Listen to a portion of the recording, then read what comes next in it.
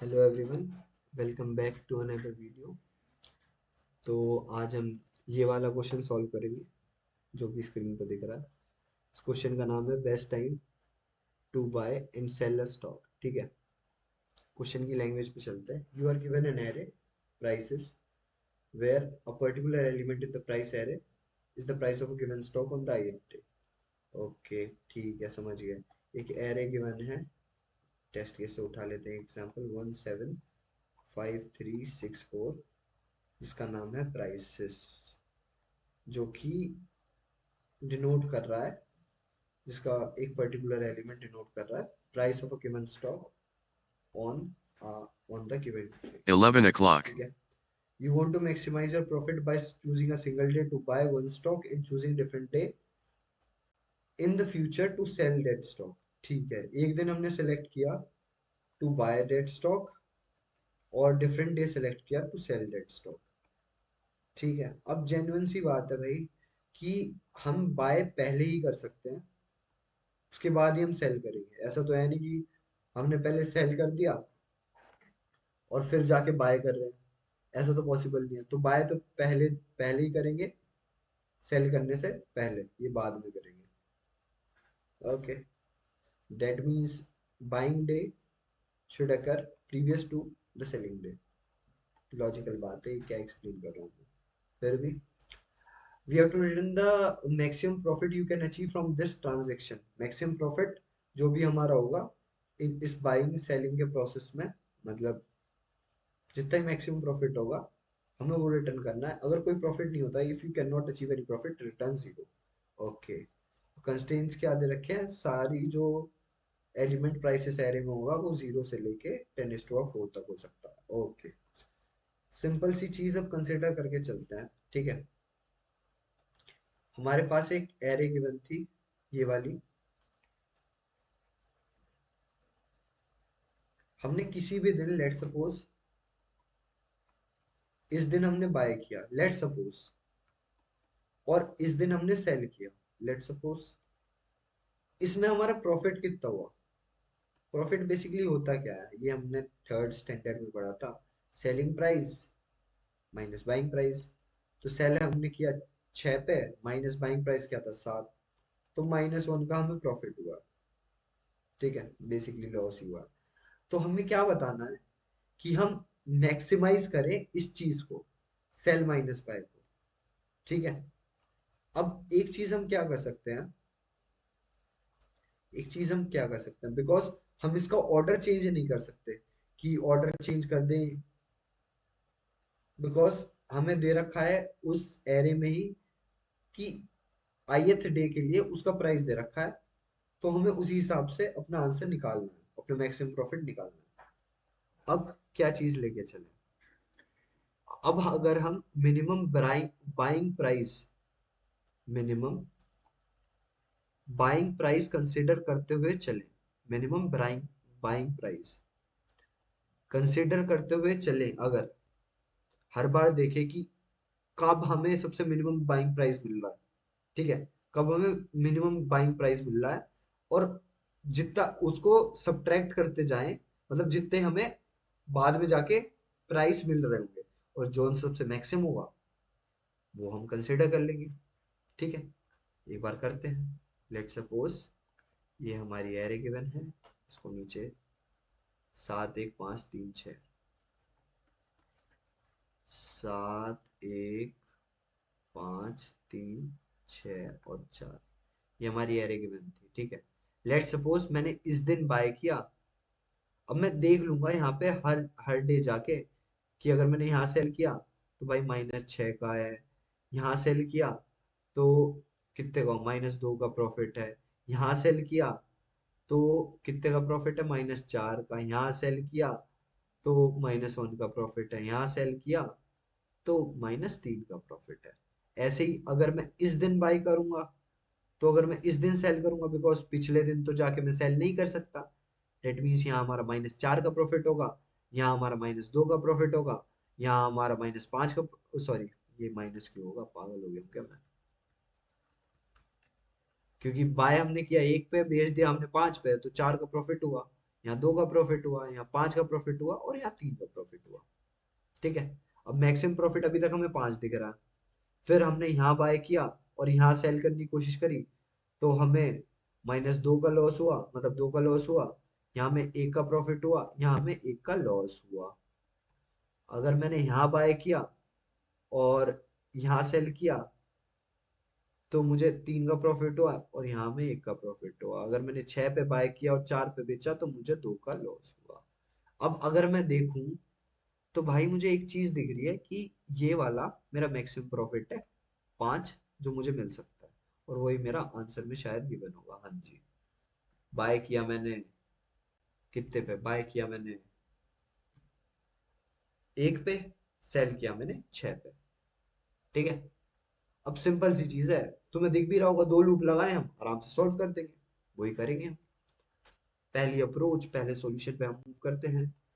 Solution 1। ठीक है। Using 2 loops, easy PG.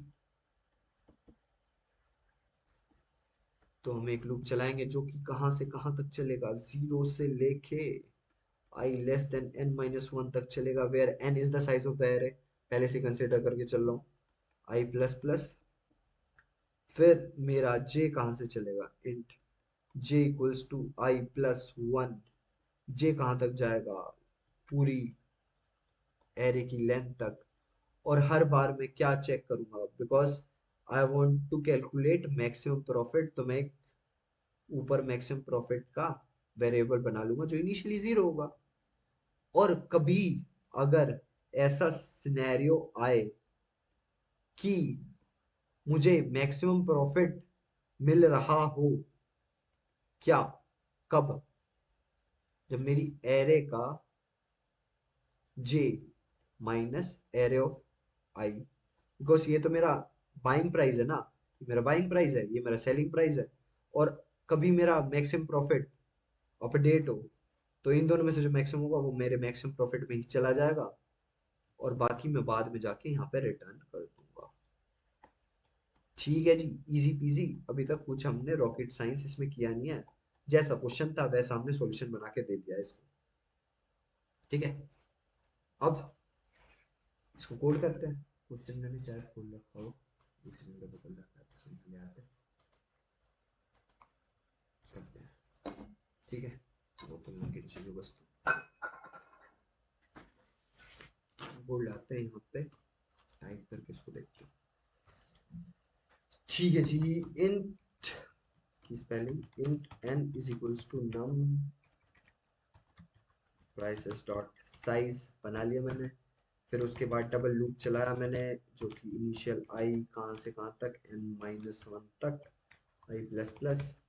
और for int j equals to i plus one से j less than n तक, j plus plus. Because ये मेरा क्या, ये मेरा आउटर लूप क्या बता रहा कि ये मेरे बाइंग है, और अंदर वाला लूप बता रहा है मेरे ये सेलिंग है भैया। ओके, ये मेरी सेलिंग है। अब मैं क्या करूंगा, because I want to calculate maximum profit, I would be creating a variable है मैक्सिमम प्रॉफिट नाम का एक वेरिएबल बना ले जो इनिशियली 0 होगा, बिकॉज इसने मुझे कहा है कि अगर कोई प्रॉफिट नहीं होता ना तो भाई 0 रिटर्न कर दे, तो मैं इनिशियली 0 लेके चल रहा हूँ। क्योंकि अगर मैं मैक्सिमम अपडेट भी करता हूँ ना तो वो 0 ही रहने वाला है किसी भी केस में।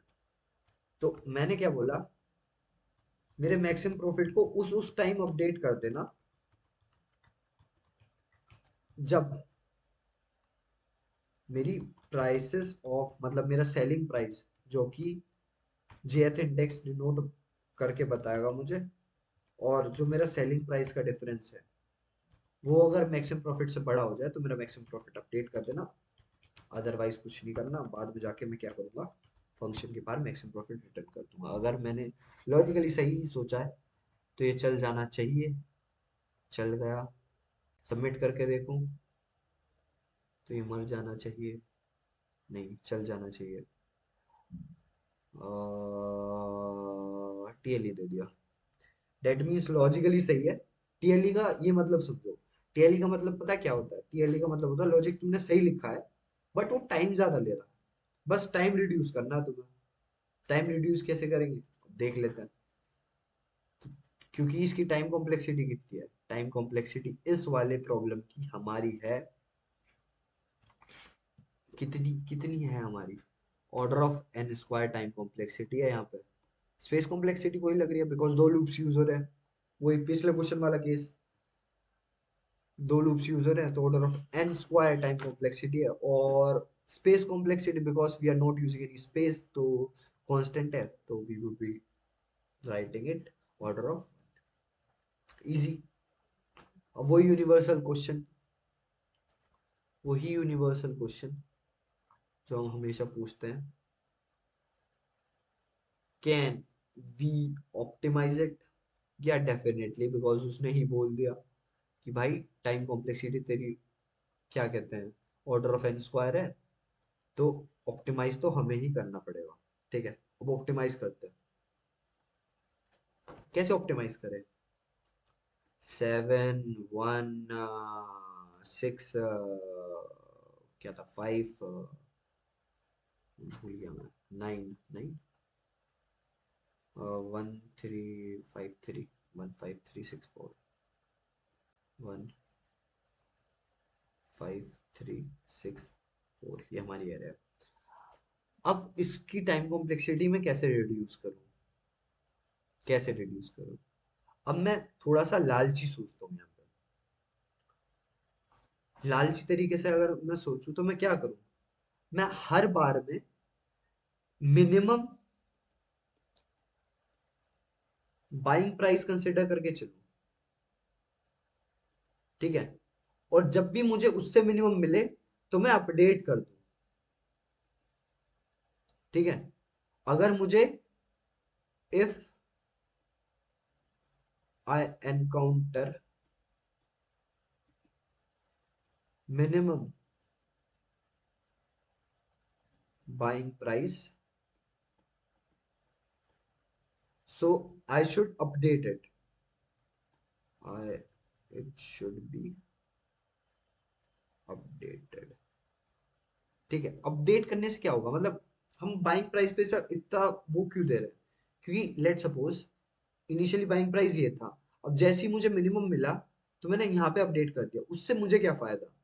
अब मैं हर बार ना, मैं हर एलिमेंट के लिए ये चीज करके देखूंगा, जो करंट मेरा बाइंग प्राइस है, जो करंट मेरा एलिमेंट है, उसको अगर मैं बाइंग प्राइस से सब्ट्रैक्ट करूं और वो मेरे मैक्सिमम प्रॉफिट से ज्यादा आ जाए, तो मैं अपना मैक्सिमम प्रॉफिट अपडेट कर दूंगा। अब ये क्यों कर रहा हूं मैं? क्योंकि भाई ऐसा कभी नहीं हो सकता कि ऐसा कभी नहीं हो सकता कि जो हमारा बाइंग हो वो बाद में हो जाए, बाइंग हमारी हमेशा पहले ही होगी सेलिंग से। तो हम ये वाली चीज अप्लाई कर सकते हैं कि बाइंग हम जब हम लीनियरली ट्रेवर्स कर रहे हैं एरे को, बाइंग हम हर केस में ये देखेंगे कि क्या हमारी बाइंग ये मिनिमम है। अगर ये मिनिमम है या नहीं भी है, उन दोनों केस में हम ये देखेंगे कि क्या हमारा मैक्सिमम प्रॉफिट बन पा रहा है या नहीं, और हर केस में अपनी बाइंग को अपडेट करेंगे कि हमारा करंट एलिमेंट हमारी बाइंग से कम है, तो हम अपनी बाइंग को अपडेट करेंगे कि हम उस दिन बाय करेंगे जिस दिन प्राइस लो था। अब ऐसा तो नहीं है, लॉजिकली अगर तुम सोचो, जिस दिन प्राइस हाई होगा और तुम्हें पता है कि 7 दिन मार्केट कैसा जाने वाला है, तुम्हें पता है कि इस दिन मार्केट लो रहेगा, तो तू उस दिन बाय ही करोगे ना। ऐसा तो है नहीं उस दिन सेल करके बैठ जाओगे, अपना लॉस थोड़ी कराओगे। तो जिस दिन कम होगा करंट डे से, मतलब हम लीनियरली ट्रेवर्स कर रहे हैं, जिस दिन कम होगा तो हम उस दिन बाय कर लेंगे, और जिस दिन अगले दिन जितना जितना मुझे मिलता जाएगा ज्यादा ज्यादा, उतना मैं अपडेट करता जाऊंगा। सिंपल सी चीज है। तो हम ग्रीडीली सोचा है हमने, तो करते हैं। हम क्या करेंगे, एक वेरिएबल बना लेंगे अपना बाइंग, जो इनिशियली हम क्या कर देंगे, एरे ऑफ मतलब पहले एलिमेंट के बराबर कर देंगे, कोई दिक्कत नहीं, क्योंकि हमने उस दिन बाय कर दिया और हमारा मैक्सिमम प्रॉफिट 0 होगा। क्योंकि उसी दिन बाय, अगर हम ये भी कंसिडर करके चले उसी दिन बाय किया और उसी दिन सेल कर दिया, तो मैक्सिमम प्रॉफिट 0 ही हुआ। अब हम अपना ट्रेवर्सल शुरू करेंगे मतलब पहले इंडेक्स से, मतलब दूसरे दिन से, और लास्ट तक जाएंगे और ये चेक करेंगे हर बार कि क्या मेरा array of I less than है मेरी बाइंग से। अगर है तो मैंने क्या बोला था, अगर जब भी मुझे मिलेगा ऐसा दिन जिस दिन बाइंग प्राइस कम हुआ, मतलब प्राइस कम हुआ, उस दिन मैं बाय कर लूंगा। और हर बार मैं क्या करूंगा, ये वाली चीज चेक करूंगा कि क्या मेरा मैक्सिमम प्रॉफिट किस दिन अपडेट हो रहा है।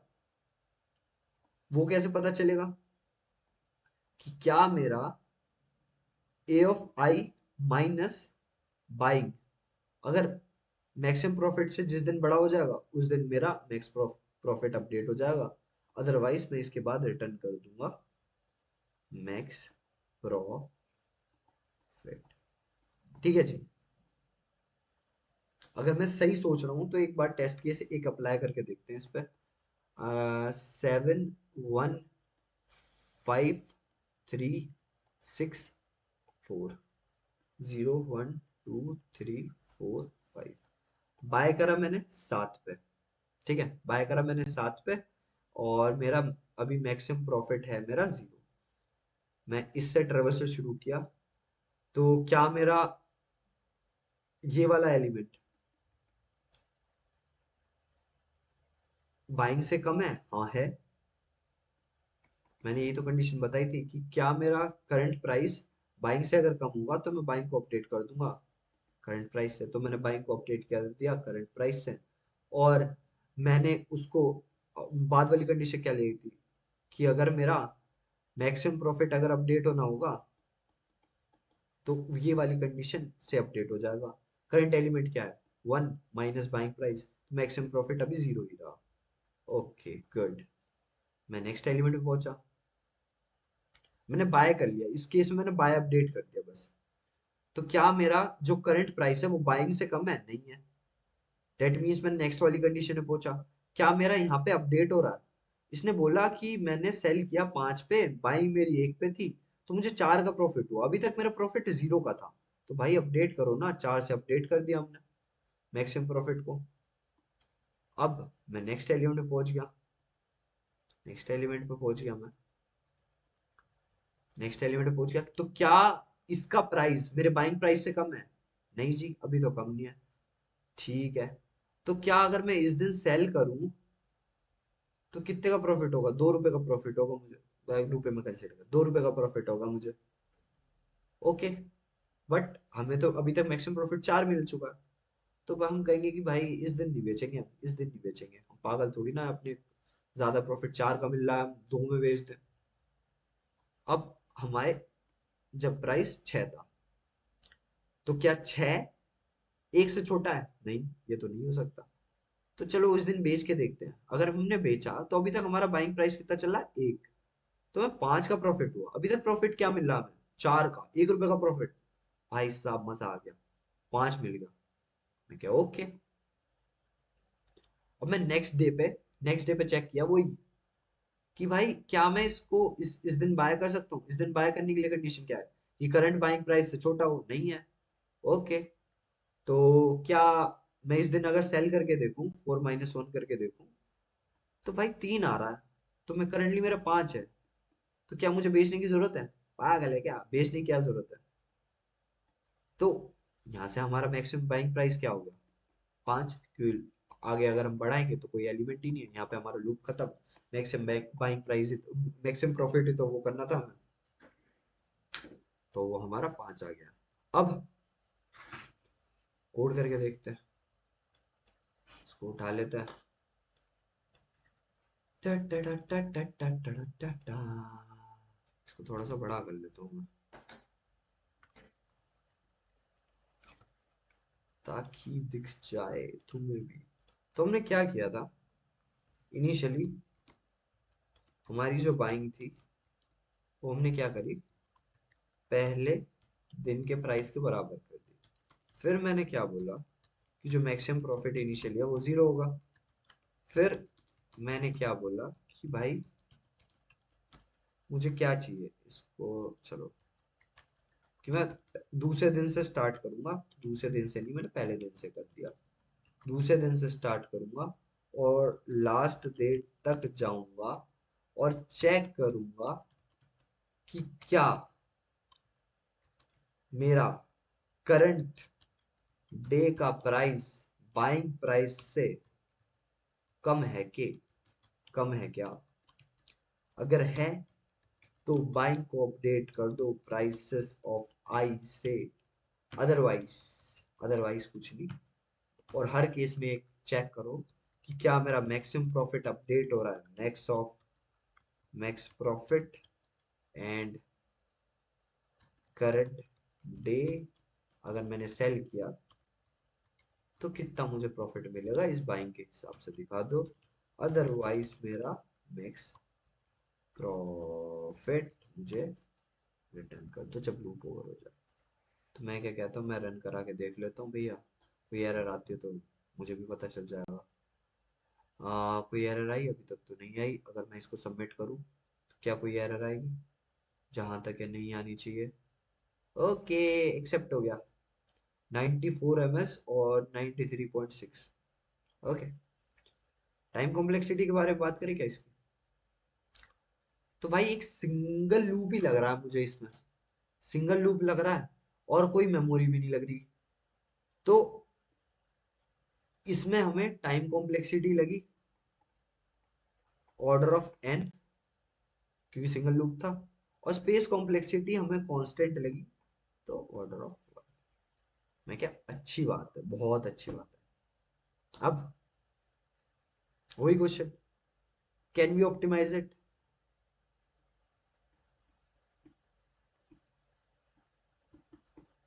आई don't think so we can optimise it. But but इसका एक और मेथड है सॉल्व करने का। ये तो हमने ग्रीडीली करा, ये तो हमने ग्रीडीली करा। अगर मैं ये अप्रोच का नाम बताऊं तो एक ग्रीडी अप्रोच थी हमारी इस क्वेश्चन को सॉल्व करने की।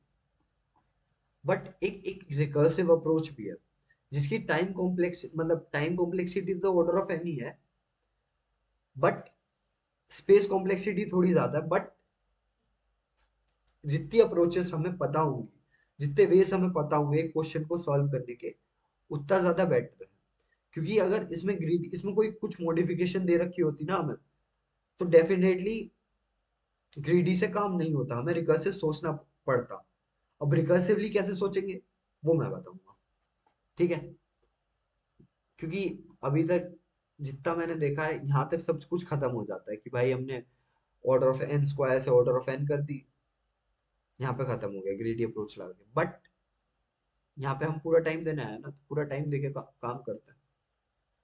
7 1 5 3 6 एंड 4, ये हमारी ये दे रखी थी। ग्रीडी अप्रोच से हो गया, मतलब ऑप्टिमाइज अप्रोच अभी तुम्हारे पास आ गई है। If you want to learn more कि भाई रिकर्सिवली कैसे सॉल्व करेंगे हम इसको, तो थोड़ा नीचे कर लेता हूँ। रिकर्सिवली कैसे सॉल्व करेंगे वो मैं बता रहा हूँ। अब इसको सॉल्व करेंगे हम रिकर्शन की मदद से। अब रिकर्शन जिसको नहीं पता तो भाई बहुत अच्छी चीज मिस कर रहे हो तो, ठीक है, उसको मिस मत करो। अब रिकर्शन से कैसे सॉल्व करेंगे? सिंपल सीधा सा क्वेश्चन लग रहा है कि भाई पिछले दिन पे हमने बाय कर लिया, अगले दिन पे हमने सेल कर लिया, ग्रीडी से सिंपल तो लग रहा है। सिंपल है, मैं बिल्कुल कह रहा हूँ ग्रीडी से बहुत सिंपल है। रिकर्शन से थोड़ा सा दिमाग लगाना, थोड़ा सा बस ये सोचना है कि हम इसको सॉल्व कैसे करें। अब मैंने क्या सोचा, मैंने क्या सोचा कि लेट सपोज मेरे करंट डे की बात करता हूं, मैं करंट डे की, ठीक है? करंट डे पे अगर मेरा जो प्राइस है, अगर वो बाइंग प्राइस से, सिर्फ मैं बोल रहा हूँ जो मैं थ्योरेटिकल पॉइंट ऑफ व्यू रख रहा हूँ अपना।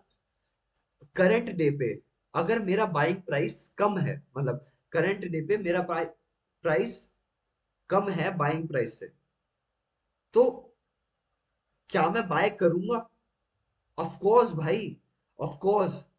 कौन सा ऐसा पागल इंसान होगा जो डिप पे बाय नहीं करता, मतलब जब प्राइस लो होती है तो बाय नहीं करता। हर कोई बाय करता है जब तुम्हें पता हो कि आगे जाके प्राइस बढ़ेगा ही, या फिर ये लोएस्ट प्राइस है, इस पे तो बाय कर लो, ठीक है? तो उस दिन पे तो हमें बाय करना ही है, बाय कंपल्सरी। ठीक है, सिर्फ ये थियोरेटिकल पॉइंट ऑफ व्यू रख रहा हूं मैं। अब दूसरा केस क्या बनता है हमारा? दूसरा केस बनता है कि भाई अगर मेरा जो करंट प्राइस है वो बाइंग प्राइस से बड़ा है, तो आई have a choice, I have a choice कि मैं इस दिन बेच दूं, इस दिन बेच दूं, कि मेरा आज का प्राइस, आज का प्राइस जो है वो मेरे बाइंग प्राइस से बड़ा है, तो मैं आज बेच दूं तो कुछ तो प्रॉफिट मिलेगा मुझे, या मैं वेट करूं आने वाले दिनों का, क्या पता और बढ़ जाए। तो आई हैव अ चॉइस है। जहां भी मुझे चॉइस सुनाई देता है ना, वहां मुझे रिकर्शन सुनाई देता है। ठीक है, जहां मुझे चॉइस सुनाई देता है ना, वहां मुझे रिकर्शन सुनाई देता है कि भाई मेरे पास यहाँ पे ऑप्शन क्या है, कि I would sell at this particular day और होल्ड। ठीक है, सेल या होल्ड, इसी पे हमारा अपना इसका रिकर्सिव कोड हम लिखेंगे। ठीक है, रिकर्सिव कोड में हमारा कुछ नहीं आएगा, हम एक फंक्शन लिखेंगे। लेट सपोज हमारा ये सॉल्व फंक्शन है। ठीक है, हमने दो चीज देखी अभी तक, मैं बता देता हूं। अगर मेरी एरे का पर्टिकुलर एलिमेंट अगर छोटा है मेरे बाइंग से, बाइंग से अगर छोटा है तो मैं कंपलसरी बाय करूंगा, else I have a choice to sell और होल्ड। ठीक है, तो मुझे अपने रिकर्सिव फंक्शन में क्या क्या पास करना पड़ेगा? वो इंडेक्स जिसकी मैं बात कर रहा हूं, मेरी एरे, मेरी एरे का साइज और मेरा बाइंग प्राइस। ओके, मेरा बाइंग प्राइस। अभी मैंने बेस केस की बात नहीं की है, ये फंक्शन मुझे इंटीजर रिटर्न करेगा। मैं लाइन बाय लाइन चल रहा हूँ, मैंने सिर्फ दो चीज सोची कि अगर मेरा प्राइस बाइंग प्राइस से कम होता है तो मैं क्या करूंगा, बाइंग प्राइस से ज्यादा होता है तो मैं क्या करूंगा, सेल या होल्ड। ठीक है, अब अगर कम होता है तो मैंने क्या कहा, भाई सिंपल सी बात है,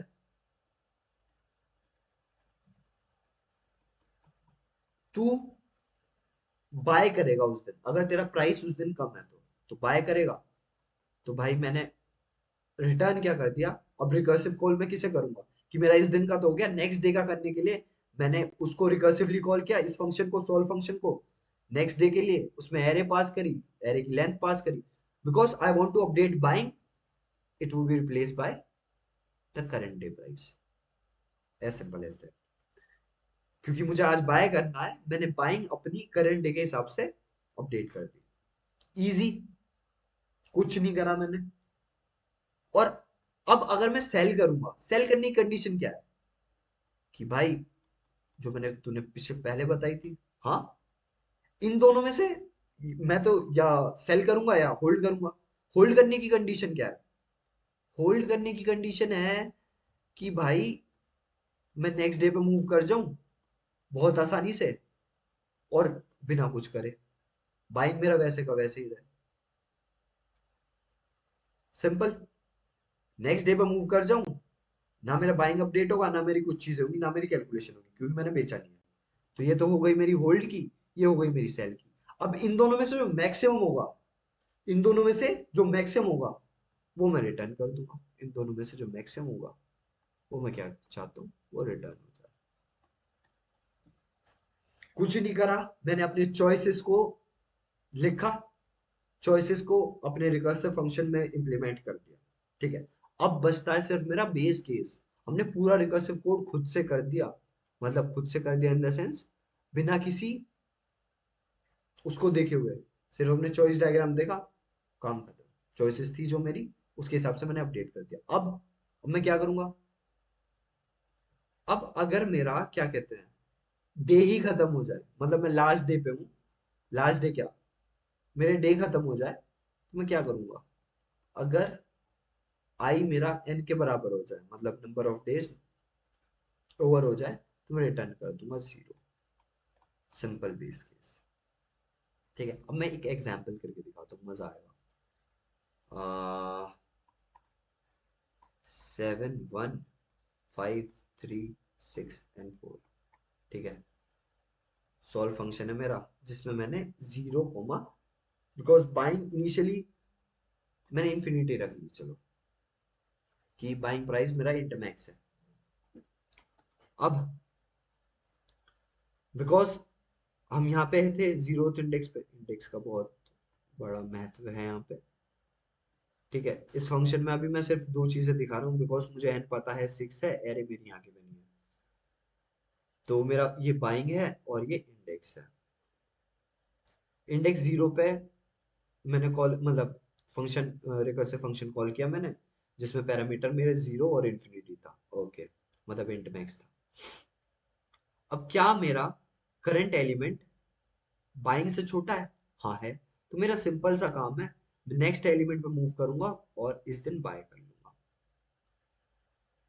ओके, अब मैं यहाँ पे आ गया, 1 इंडेक्स पे आ गया ना मैं। तो क्या मेरा इस दिन का प्राइस बाइंग से छोटा है? बाइंग 7 है, 1 छोटा है। ओके, तो सॉल्व ऑफ, नेक्स्ट पे मूव कर दिया मैंने और बाइंग मेरी अपडेट हो गई। नाइस। अब नेक्स्ट, क्या मेरी 5 एक से छोटी है? मतलब प्राइस जो आज का है वो एक से छोटा है? नहीं है। So I would move in the else condition, जहां पे मैं सेल कर सकता हूँ या मैं होल्ड कर सकता हूँ। If I would have sell it, so मुझे 5 - 1 जो कि 4 होता, वो एज एन आउटपुट मिलता, और आई वुड हैव होल्ड इट, तो एक रिकर्सिव कॉल होती नेक्स्ट डे के लिए, जिसमें प्राइस मेरा बाइंग प्राइस सेम रहता। ठीक है, अब मेरा फोर्थ डे के लिए, मतलब थर्ड इंडेक्स के लिए कॉल हुई, तो मेरा यहाँ पे प्राइस कितना है? 3। बाइंग प्राइस कितना है? 1। तो बाय तो नहीं कर सकता इस दिन में, तो मैं एल्स वाली कंडीशन में गया, तो या तो मैं सेल कर सकता हूँ या मैं होल्ड कर सकता हूँ। होल्ड किया तो नेक्स्ट डे के लिए कॉल हुई और बाइंग प्राइस सेम रहा। ओके, अब मैं फोर्थ इंडेक्स पे आ गया। फोर्थ इंडेक्स पे भी मैं बाय नहीं कर सकता, सेल कर सकता हूँ या होल्ड कर सकता हूँ। सेल किया तो मुझे 6 - 1 आउटपुट मिलेगा, और होल्ड किया तो मुझे नेक्स्ट डे पे मूव करना पड़ेगा सेम बाइंग प्राइस के साथ। अब मैं नेक्स्ट डे पे अगर मूव किया तो 4 मेरा लेस देन नहीं है 1 से, मतलब इस दिन मैं बाय नहीं कर सकता, तो मैं एल्स वाली कंडीशन में फिर जाऊंगा।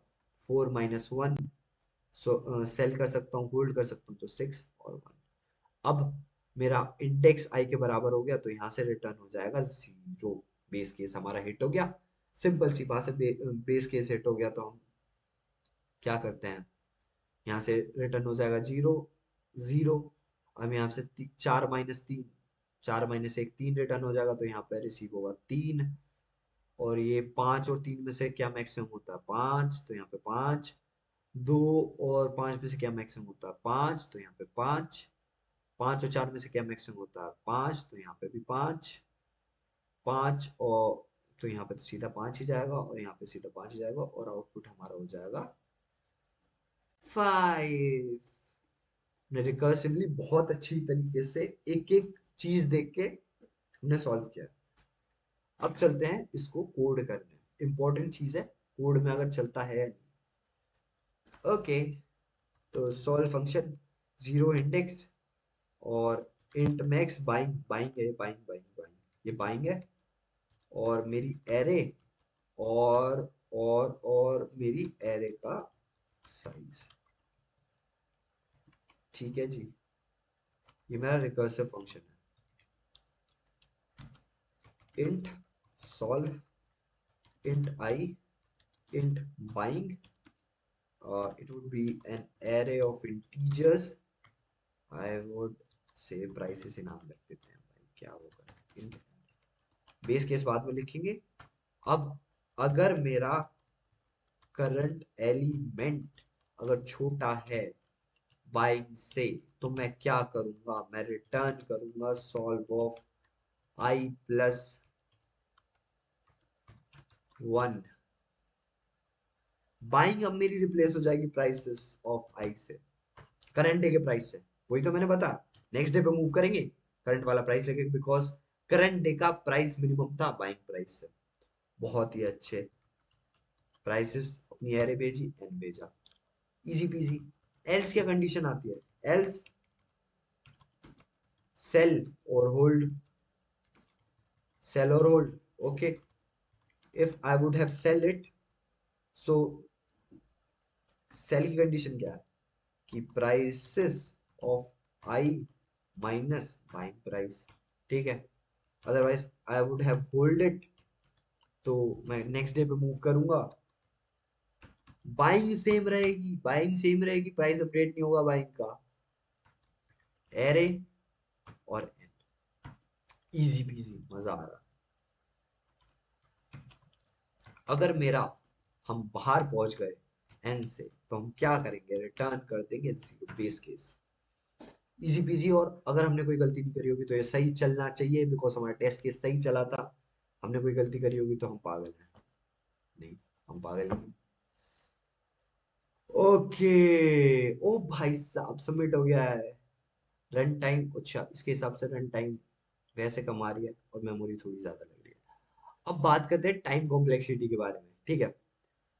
टाइम कॉम्प्लेक्सिटी इस केस में पता है तुम्हें कितनी लग रही है, टाइम कॉम्प्लेक्सिटी लग रही है ऑर्डर ऑफ एन, बिकॉज एक ही बार, बिकॉज रिकर्सिव कॉल्स देख लो कितनी बार हो रही है, 1 2 3 4 5 6, 6 बार रिकर्सिव कॉल्स हो रही है, एक 7 बार होगी, तो एन बार रिकर्सिव कॉल्स हो रही है हमारी। जो हमारा ट्री बन रहा है ये पूरा, इसमें एन बार रिकर्सिव कॉल्स हो रही है। टाइम कॉम्प्लेक्सिटी कितनी है हमारी, order of n time. Space complexity कितनी है हमारी, we are not using any space, so space complexity हमारी कांस्टेंट नहीं। इंपॉर्टेंट बात है, सुनो, रिकर्शन में हमेशा रिकर्शन में हमेशा याद रखना, रिकर्सिव स्टैक स्पेस यूज होती है। If we ignore the recursive stack space, then it is fine, it is fine, we can say that our space complexity is order of 1, but because we can't ignore recursive stack space, so our space complexity would be order of n, because at the worst case, if I would tell you, at the worst case my stack would be considering, my stack would be having, मैं English क्यों बोल रहा हूँ, मेरी stack में N activation record रहेंगे इन function के। अब ये बहुत ज्यादा डिटेल में हो जाएगा, एक्टिवेशन रिकॉर्ड तुम्हें पता होना चाहिए, बिकॉज हमेशा जब भी फंक्शन कॉल होता है एक एक्टिवेशन रिकॉर्ड बनता है हमारी कॉल स्टैक में, ठीक है। तो यहाँ पे लगातार, बिकॉज इनका आउटपुट रिटर्न नहीं हुआ था, इनका आउटपुट रिटर्न नहीं हुआ तो कॉल स्टैक में रहेंगे। कॉल स्टैक में कितनी कितने एक्टिवेशन रिकॉर्ड है, एन एक्टिवेशन रिकॉर्ड है, तो एन एक्टिवेशन रिकॉर्ड है, तो हमारी स्पेस कॉम्प्लेक्सिटी कितनी हुई, ऑर्डर ऑफ एन। ओके, यहाँ पे हमारी चीज सही होगी, इसको हम ऑप्टिमाइज भी कर सकते हैं यूजिंग एन ऑक्सिलरी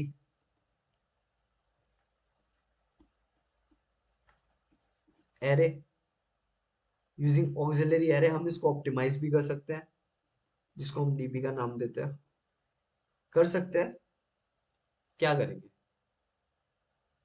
वैसे इतनी ज्यादा वो नहीं है, हम कर सकते हैं कि क्या क्या, मैं तुमको कोड में दिखाता हूँ, तुमको कोड में दिखाता हूँ, जिसको डीपी का आइडिया नहीं, कोई दिक्कत नहीं है, मैं एक बार कोड में दिखाता हूँ मैंने क्या किया। रिकर्शन क्या करता है ना, बार बार एक ही चीज को कंप्यूट करने की कोशिश करता है, ठीक है। अब मैंने क्या किया, मैंने एक बना ली अपनी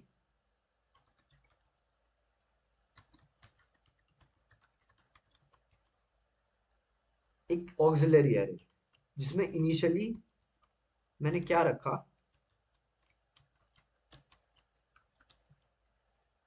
मैंने रखा कि भाई उसका साइज जितने उसका एरे का साइज है, प्राइस एरे का साइज है उससे ही ज्यादा हो, because we want our DP array की जो पर्टिकुलर डे है, मतलब मैं कैसे बताऊं, हम क्या चाहते हैं, एक पर्टिकुलर इंडेक्स पे हम प्राइसेस ऑफ, इससे भी काम हो जाएगा हमारा। पर्टिकुलर डे के लिए हम कंसिडर करना चाहते हैं कि अगर उसके लिए आउटपुट कैलकुलेट हो चुका है तो वो हमारी डीपीआरए में मौजूद हो। मैं क्या कहना चाह रहा हूँ, अगर उसके लिए ऑलरेडी कंप्यूट हो चुका है तो वो डीपीआरए में स्टोर हो। ठीक है, डीपी को पास कर देंगे इस फंक्शन में। ये तो मैं बस एक्स्ट्रा काम करके दिखा रहा हूँ तुम्हें। इससे टाइम कॉम्प्लेक्सिटी थोड़ी सी इंप्रूव होगी, बट अगर हो रही है तो क्यों ना करें। हमने क्या किया कि अगर पहले से कंप्यूट हो चुका है उस इंडेक्स के लिए, वो हमने कैसे सिग्निफाई किया, हमने इनिशियली उसे वैल्यू क्या दी थी यहाँ पे, -1। तो अगर पहले से कंप्यूटेड है, अगर -1 नहीं आ रहा तो रिटर्न कर दो डीपी ऑफ आई। अदरवाइज हर बार क्या करो,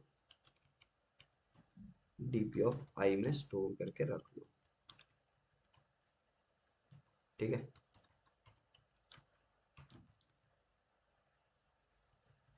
इससे फायदा क्या है, इससे हमारा फायदा यह है कि अब हमारी जो कंप्यूटेशन हो रही थी,